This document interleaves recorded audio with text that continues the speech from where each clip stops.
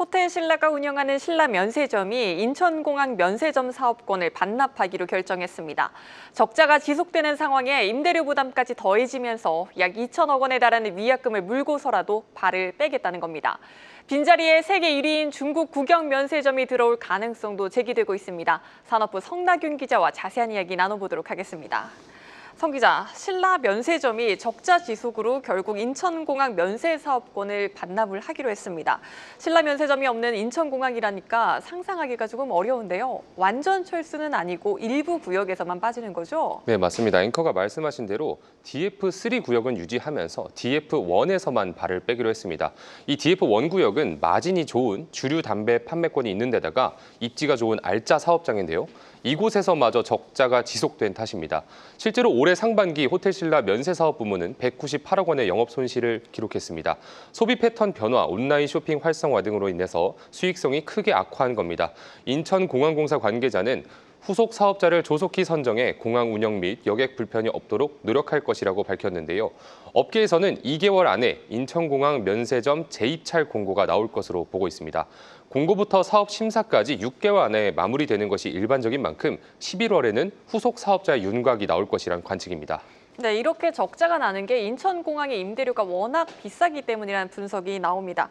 실제로 그렇다면 이번에 새로 들어오는 업체도 신라 면세점과 같이 똑같이 적자가 날 수 있는 것 같은데요. 버틸 수 있을까요? 이게 지금 문제가 된 임대료는 그러니까 우선적으로 짚어볼게요. 공항공사가 선택한 건 아닙니다. 이게 기업들 간의 출혈 경쟁의 결과라고 볼 수 있는데요.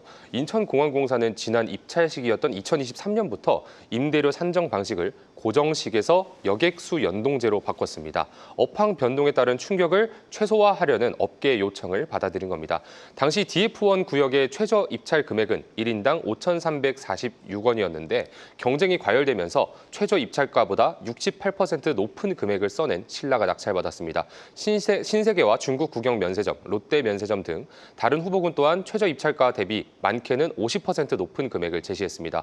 업계에서는 이 재입찰의 특성상 공항공사가 제시하는 최저 입찰가 등 조건이 크게 변하지 않을 것으로 예상합니다. 업황이 좋지 않다 보니까 2023년처럼 과열 양상이 벌어지기도 어렵다는 분석입니다. 최근 신라의 요청으로 법원에서 조정 제한했던 금액이 약 25%를 감면하는 거였는데 이렇게 되면 1인당 6,000원대 후반 정도로 추산이 됩니다. 업계 관계자는 새로 들어갈 사업자가 내야 하는 임대료가 6,000원대 후반이라면 아주 싸다는 아니지만 흑자를 낼 수는 있다고 설명했습니다. 네, 상황이 조금 나아진 것 같습니다. 어떤 기업이 신라 면세점의 빈자리를 차지할지 굉장히 궁금한데요. 어떤 기업들이 입찰 경쟁에 뛰어들까요?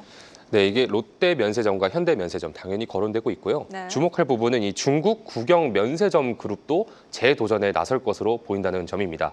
이 CDFG라고 하는데요, 줄여서 CDFG는 세계 1위 면세 사업자입니다. 중국 정부의 지원 아래 일본과 베트남 등 해외 진출에 나서고 있는 상황입니다.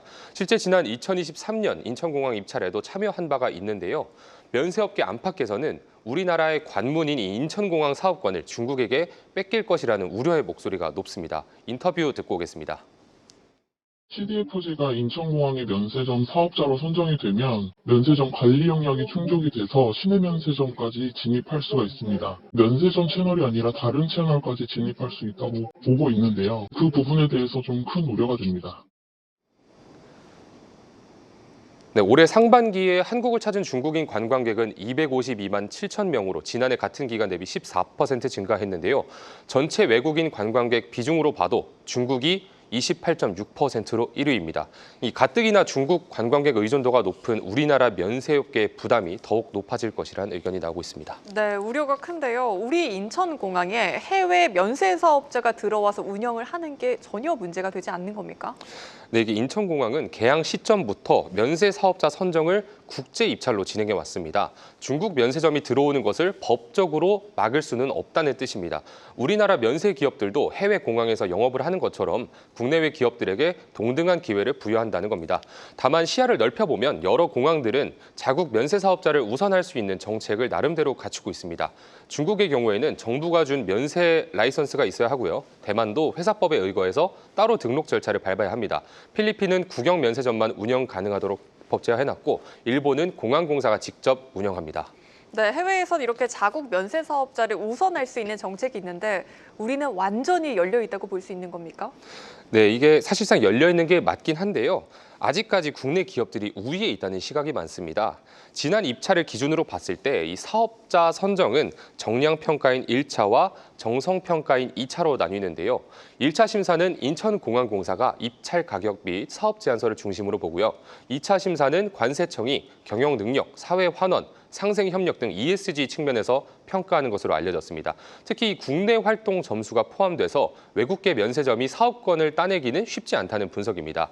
국내 고객의 개인정보 유출 우려, 그리고 공항 보안시설 관리 등 안보 관점의 접근도 필요합니다. 여기에 더해서 CDFG는 코로나 시기 중국의 내수 수요를 혼자서 흡수하면서 크게 성장했는데 현재는 경쟁력이 2023년 당시보다 높지 않다는 의견도 있습니다. 네, 잘 들었습니다. 산업부 성나균 기자였습니다.